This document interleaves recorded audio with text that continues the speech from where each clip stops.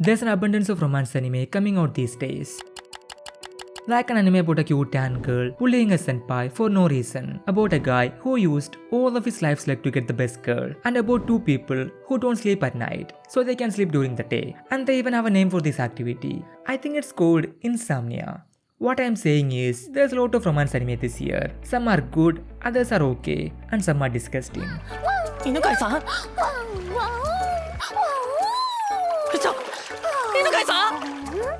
So if you are thinking of watching a romance anime and are worried about choosing the wrong one and wasting your precious time, then don't worry. I have watched almost every romance anime that came out this year and compiled a list of only the best and most worth watching shows. The angel next door spoils me rotten.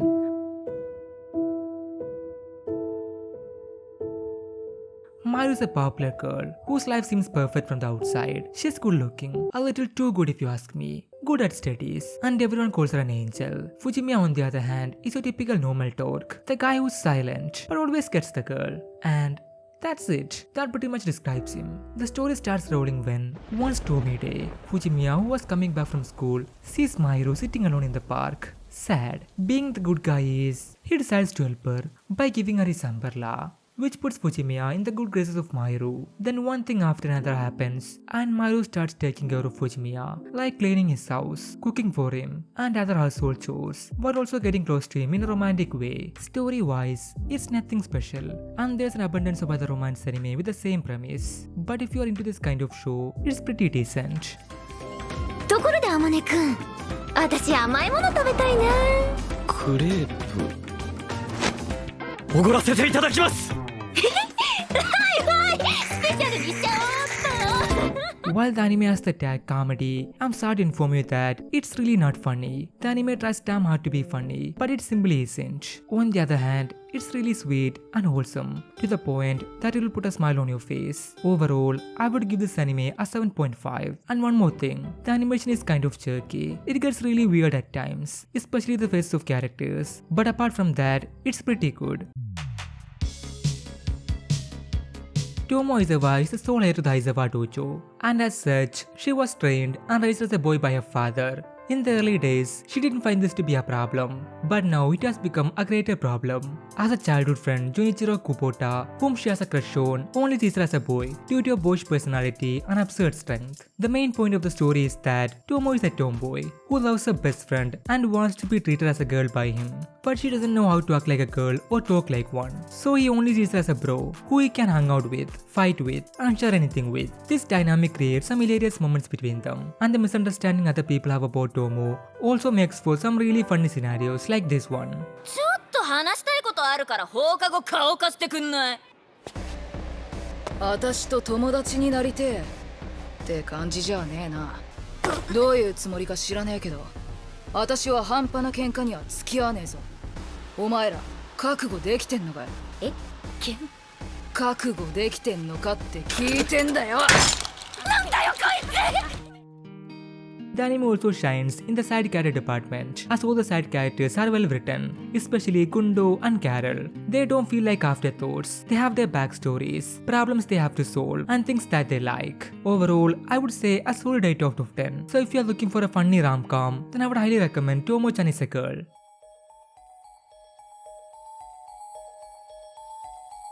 The feeling of getting dumped is the worst. You feel like you lost something precious to you in a matter of seconds. And that's exactly what happened to Akane, the main heroine of the story. She was dumped by her boyfriend for another girl he met in a game they used to play called Forest of Savior.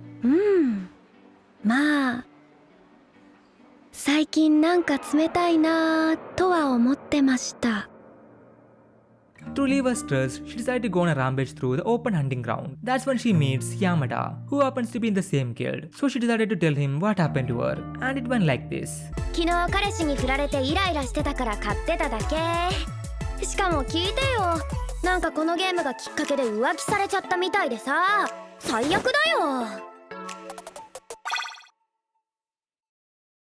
あ、そうっすか。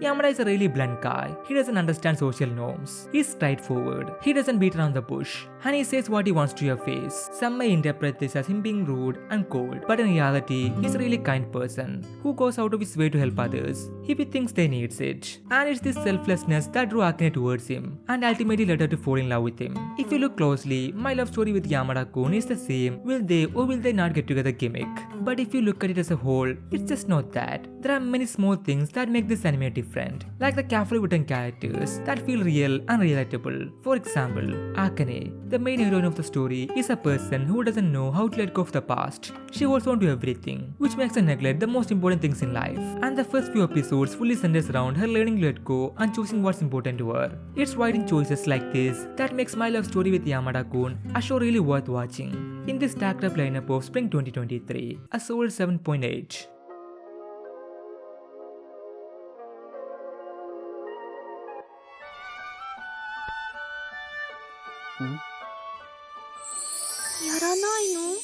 Shirashi is a person without any presence. He's like a background character for background characters that nobody cares about. He's so socially invincible that no one even notices him, even if he's in front of them. This may sound like a blessing for some people. You know what I'm talking about. But for Shirashi, it's just a curse. But despite being dealt the worst card in life, he never complains and tries his best to experience his youth to the fullest. But there's an exception to this. One person who can notice him effortlessly. Nagisa Kubo, his classmate. 勉強ができて運動もできて Simply put, the best girl in this anime. With this, nobody would expect Kobo to spend time with Shirashi, let alone be friends with him. But despite being the very opposite of Shirashi, Kobo loves spending time with Shirashi, and more than anything, she loves to tease him. まさかそのまさかです。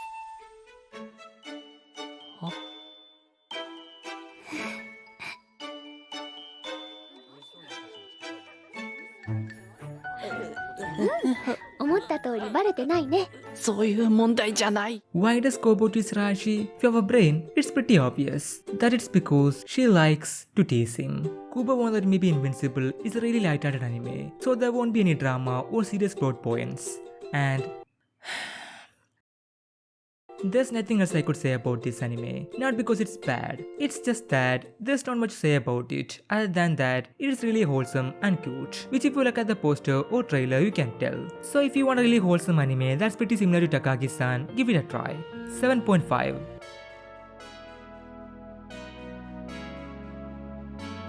Dice guy and his cool female colleague. I went into this anime expecting something similar to Wotokoi, but while the anime is good, it just didn't give me the same feeling as when I watched Wotokoi. The story is about Fitsuki and Himuro, two new interns at the same company, and it shows their really slowly blossoming romance. While workplace romance anime is nothing new, this anime differentiates itself by adding supernatural elements like spirits and yokai. The main character in this anime is represented of a snow woman, so whenever he is sad, happy, tensed, or if he has any kind of emotion, he creates snowstorms or blizzards. 無理しないでくださいね。冬月さんじゃあ。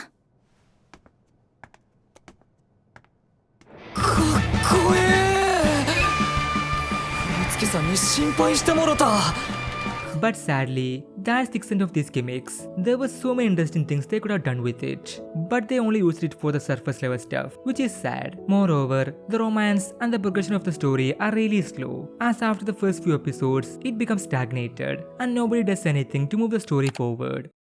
Both of them like each other, they exchange gifts, and they care about each other. But even after episode 4, they don't even go on a date. But it does end on a good note, if you can call that a good note. Overall, I would give this anime a 7 out of 10.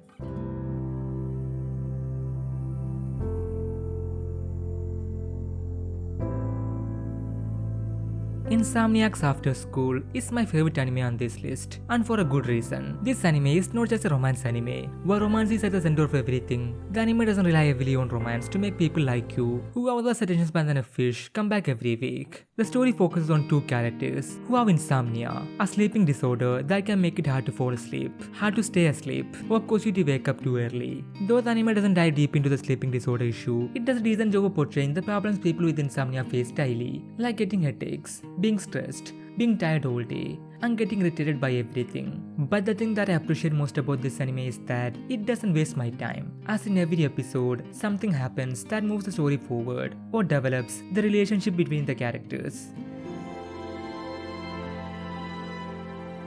こんな景色が見れるなら眠れないのも悪くないね。 Moreover, in every episode, you can see these two people with distinct personalities getting closer, the walls they build around them crumbling without being rushed, and I really appreciate that.